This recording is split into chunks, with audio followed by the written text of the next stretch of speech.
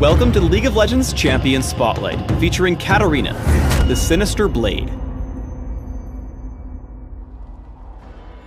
Katarina is a melee mage and assassin who excels purely at dealing as much damage as possible and taking out entire enemy teams. Katarina specializes in cleaning house at the end of a battle. As enemy champions fall, she can cast her abilities again. Katarina's passive is Veracity. Whenever Katarina kills or assists in the kill of an enemy champion, her ultimate's cooldown is reduced and all of her basic abilities are immediately refreshed. Bouncing Blades throws out a dagger that bounces from target enemy, damaging each enemy it hits and leaving behind a mark for a few seconds. Katarina's basic attacks or other abilities will consume this mark to deal bonus damage. As Katarina's biggest damage tool, I recommend taking it at level 1 and maxing it immediately. Sinister Steel immediately damages all nearby enemies. If she hits an enemy champion with it, Katarina briefly gains bonus movement speed. Absolutely take a point early to help trigger the marks from Bouncing Blades. If you want even more burst damage, start maxing it early. Otherwise, save it for last. Shunpo teleports Katarina behind her target, dealing damage if it's an enemy. For the next few seconds, Katarina receives reduced damage. Absolutely take a point at level 2 for the extra mobility Shunpo provides. If you're looking for extra mobility with a little bit of extra damage as well, max Shunpo second. Katarina's ultimate is Death Lotus. When activated, Katarina spins around, constantly tossing daggers at the 3 nearest enemy champions. Struck enemies take massive damage and receive reduced healing for a few seconds. In early laning, you should have 3 goals. First, last hit as many minions as possible. Normally, you should do this with basic attacks, but if a minion is out of reach, use Bouncing Blades. Second, harass your opponent. The mark from Bouncing Blades plus Shunpo deals some nice early damage. Third, you want to dodge your opponent's damage with Shunpo. As Gragas tosses out Barrel Roll, Katarina hops onto him with Shunpo, taking 0 damage and returning some of her own. Katarina's combined damage and elusiveness is exceptional, even with just the use of basic abilities.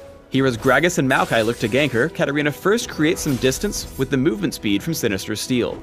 Then as Maokai chases her down, she flashes over the wall, jumps to Gragas with Shunpo, and gets farther away with Sinister Steel again. As Maokai dives in, Katarina makes sure to land Ignite, Bouncing Blades, and a basic attack to trigger the mark for bonus damage. Deciding to try her luck against Gragas with under 100 health, she dodges Body Slam with Shunpo, hits Sinister Steel, and picks up the kill with Bouncing Blades. Remember that Katarina's ultimate, Death Lotus, has a very low cooldown.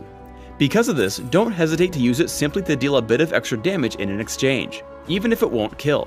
Katarina opens on Gragas with Bouncing Blades into Shunpo, Sinister Steel, and finally Death Lotus.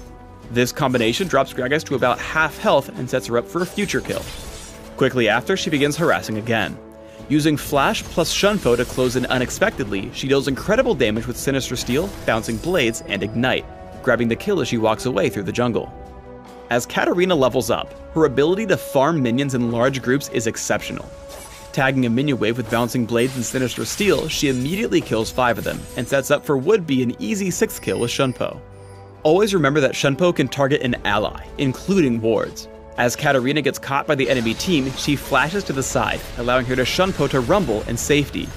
In the absence of nearby teammates, Katarina can also carry sight wards to achieve similar results.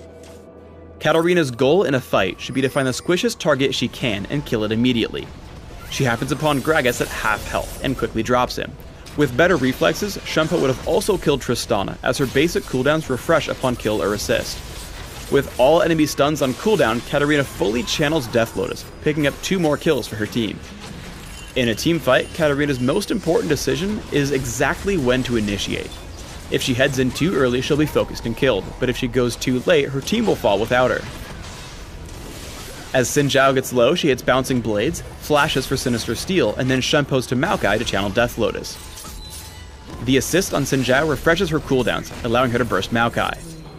That kill refreshes her cooldowns again, giving her the kill on Gragas. Once Gragas falls, she unloads her full combo once more on Tristana, picking up the ace in what was ultimately a 3 vs 5.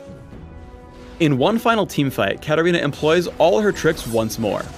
Opening up on Maokai, he targets her with Twisted Advance. Targeting a teammate with Shunpo, she gets away from her opponent, wasting Maokai's initiation.